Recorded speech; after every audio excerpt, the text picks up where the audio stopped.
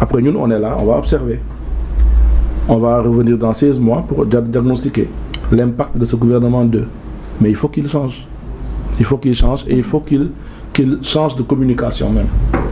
Parce que toute la communication de ces 16 mois, même si nous devons un acte bar ça, nous fait.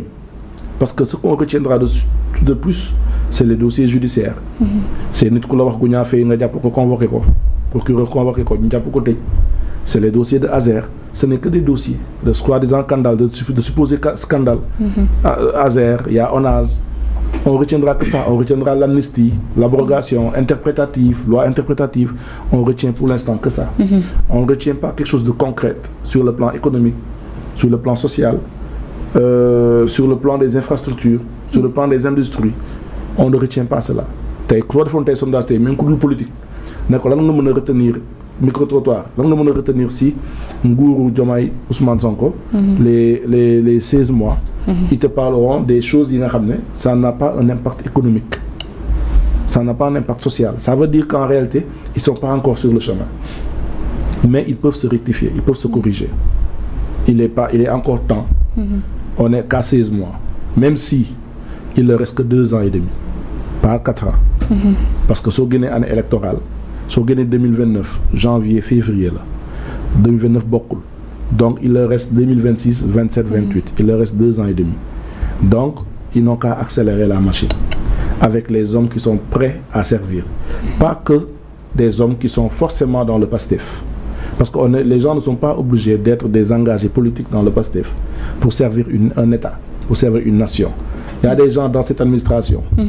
Dañoo liggéey amuñu benn politique. Amuñu kenn. Musuñu ànd ak Macky Sall, musuñu ànd ak Abdoulaye Wade, ils ont servi l'État. Mais soo ñëwee nga jël ñu teg leen de côté. Parce que peut-être bokkuñu idéologie wala gis-gis ak yow wala nanguwuñu ñëw sa parti. Tu es en train de faire du Macky sans Macky. Parce que Macky moo fi waxoon la patrie avant le parti. mu xëy 2014 mu ne ku gañewul élection locale sa base ma dàq la. Fa la commencé def ay problème. Communication fa la commencé yàqu. En réalité loolu moo ko ni problème yu am yëpp après. Parce qu'il a voulu politiser même son gouvernement. Tu peux être compétent et ne pas gagner une mairie. Tu peux être compétent et ne même pas aller à l'élection locale. Pourquoi forcément tu dois être candidat et aller aux élections? C'est comme si on ne vit que de politique. Pour exister, pour gagner, pour rester au pouvoir. Oui, mais tu peux rester au pouvoir sur la base de tes réalisations. C'est ce que beaucoup de politiciens font comme erreur. Ils pensent que ce qui leur permet de rester au pouvoir, moi, ñom nañu jóg dem élection, aller à la conquête, am ben armada, ben groupe de leaders politiques, dem dans toutes les régions, les occuper dans tous les départements, essayer de se maintenir, les alimenter financièrement, nous faire gagner l'élection. Mais en réalité, le plus important, tu l'oublies. Est-ce que tu as fait sortir le Sénégal d'un point A à un point B? Qu'est-ce qu'un ministre taille? Par exemple, je dis n'importe quoi, le ministre de l'innovation, de la recherche scientifique. Imaginez une élection, il y a une élection, il y a un gouvernement. Alors qu'en réalité, il est en train de réfléchir sur un projet, sur un plan, ça permettrait d'avoir des ingénieurs dans 25 ans qui sont calés, formés, purement sénégalais, qui peuvent nous valoir demain des infrastructures techniques ou militaires qui sont purement faits par des Sénégalais. Mais tu te prives d'un projet, tu te prives d'une vision parce que quoi, il y a un homme politique qui a perdu les élections ou pas ou quoi. Donc Ousmane Sonko, Ousmane Sonko, si vous voulez vraiment retrouver le gouvernement qu'il veut, il a fait une erreur de casting. Pour une première, on peut le lui pardonner. Il a attaqué les ministres ou bien les directeurs. Ça peut même être une fuite en avant. Parce que aussi, il faut le dire, hein, le monsieur a toujours dit le problème c'est les autres. Même quand il était dans l'opposition, on a voulu me tuer. On a voulu me tel, on a envoyé le truc là au labo, on a voulu tel, toujours c'est lui la victime. Même ce fait qu'on peut analyser sa communication d'une autre manière, parce que aussi on est tous dans la communication. On peut se dire que il a compris qu'il y a trop de frustration, trop de gronde, il sort en guerrier pour dire, attaquer ses ministres, et que ses ministres puissent trinquer, et que moi, mais man li may ñaan rek mooy na bañ a nekk loolu. Na nekk li nga xam ne daf ko wax mu gëm ko mu nekk lu sincère ci moom.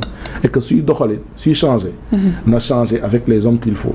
Il y a beaucoup de Sénégalais, au Sénégal comme dans la diaspora, qui ont voté PASTEF parce qu'ils ont cru en un seul mot, une seule phrase. 54% ils votaient ci moom, man moom voté lu ma ko. mais 50% yi leen voté am na ñu bëri man damay waxtaan ak nit yi nekk États-Unis dañoo ne carrément ñun li ñu gëmoon mooy dañ jàppoon ne day def appel à candidature comme ça ñun ñu mën a ñëw servir suñu réew. benn anecdote j'ai un cousin qui était venu il y a 3 ans. bëgg liggéey Sénégal nekkoon SNCF nekkoon Alstom. di liggéey ci terre ci train bi. mu ñëw Sénégal déposer liggéey parce que bëggoon na de projet baa nga doon ñëw bëggoon ci liggéey pour des considérations politiciennes on prend des gens qui font de la politique à sa place. mu delluwaat France. alors que il gagnait sa vie là-bas mais il voulait revenir servir sa nation. Il y a beaucoup comme lui. Qui veulent rentrer et servir leur nation. Qui sont compétents dans leur domaine. Aujourd'hui, le terre a des problèmes. Et moi, il est ingénieur ingénieur électromécanique. Il devait travailler dans le si poste au entretien, il devait travailler dans le truc au niveau du garage, au niveau du hangar. Mais tey delluwaat na parce que proposé wuñu ko lu wax ba pare aussi dañoo privilégié politique kanamam. mu dellu ñaata Sénégalais ñoo bëgg a ñëw liggéey seen réew. mais soo nee da nga appel à candidature nga xëy jël ay profil yi nga xam ne xam nga ni kii amul background bi nga jël ko nommé ko PCA. day doy waar. mu réer jàpp ni moom PCA la jàpp ni moom directeur la alors que c'est pas le directeur c'est le PCA. loolu day jaxasoo du xam lan lay mun def PV de réunion du la ko jox compte rendu animé réunion bu dama sax du ko def assemblée ordinaire ou assemblée extraordinaire du ko mun tenir correctement parce que musu ko def dans le passé. mais parce que comme elle est chanteur ou il est chanteur. nga jël ko ne ko xaaral ma jox la poste bi parce que yow tu es dans le monde de la culture. on peut être dans le monde de la culture sans être prêt à manager. une entité comme des entités qui sont citées. par ci et là donc pour man le choix des hommes il a fait une erreur on peut le lui pardonner parce que aussi là un acte de grandeur c'est de devoir dire que juum nañu ñu nangul la ni da nga juum mais nga fexe bañ a juumaat. parce que da nga juum 16 mois Sénégalais yaa ngi sonn. ñun mënatuñu serrer suñu ceinture yi mënuñu ko di serrer waat la ceinture pendant 32 mois il faudrait qu'il réagisse rapidement. Un remaniement s'impose. Des choix s'imposent, des choix forts s'imposent, mais il faudrait qu'il s'ouvre aux gens parce que sur les 54% beaucoup veulent l'aider. man bokkuma ci bokk naa si ñu ko bëgg ñu leen bëgg a jàppale mu réussir mais bokkuma si ñu leen voter mais beaucoup veulent l'aider et beaucoup ont voté parce que dañoo gëmoon appel à candidature su ko tegee sur la table à compétence égale xanaa moom mu jël parti om teg ko ci kanam mais il verra que les 4000 cadres qu'il a en réalité font partie de ces 54% ou même de ces Sénégalais qui ont voté contre lui mais qui veulent servir leur nation donc nation la lañ koy tabaxee parce qu'on a vu pour fermer pour conclure du temps de Macky Sall, on a vu des gens qui étaient dans le PASTEF, qui avaient des hauts postes de responsabilité. Ils étaient dans le PASTEF. Mais quel musulman dérangeait? Du temps de Macky Sall, des jeunes de la paire, ils sont frustrés ou ça. S'il y en a postes, ils étaient pro-PASTEF. Quand Sonko disait que le plus wax tay goudi, jëg na ko lendemain. Parce qu'il savait qu'il avait toute une administration derrière lui. Et Macky Sall, l'ancien président a commis cette erreur aussi de ne pas valoriser sa ressource humaine, de penser qu'il n'en avait pas.